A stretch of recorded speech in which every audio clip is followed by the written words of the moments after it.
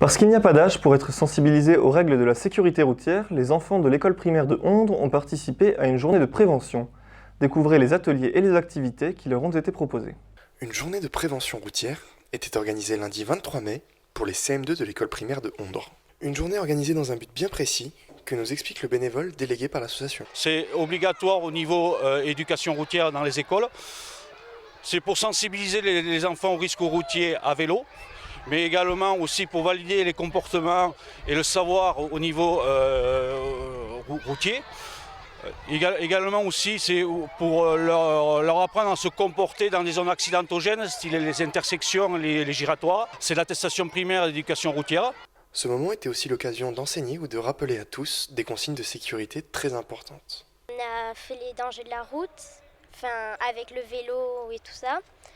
Et il faut faire attention parce que on nous a appris, on a fait le permis vélo. On a appris qu'il fallait avoir un bon vélo avec tout ce qui marchait, tout ce qu'il fallait qui marche. Et avoir la bonne tenue, quoi. Avoir un casque, un gilet fluo.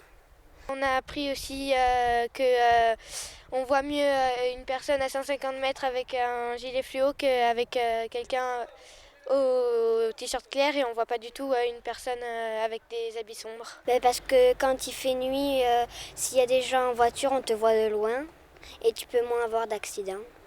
Actuellement, depuis 2008, le gilet jaune est obligatoire pour les enfants, mais également pour les adultes. Depuis 2015, le casque est obligatoire pour les enfants jusqu'à 12 ans. Va devenir, semble-t-il, obligatoire pour tout le monde. La journée était organisée en 2 temps, avec un examen écrit durant la matinée, puis un exercice pratique l'après-midi. Composé de différentes épreuves, la pratique n'a pas été sans difficulté pour les enfants.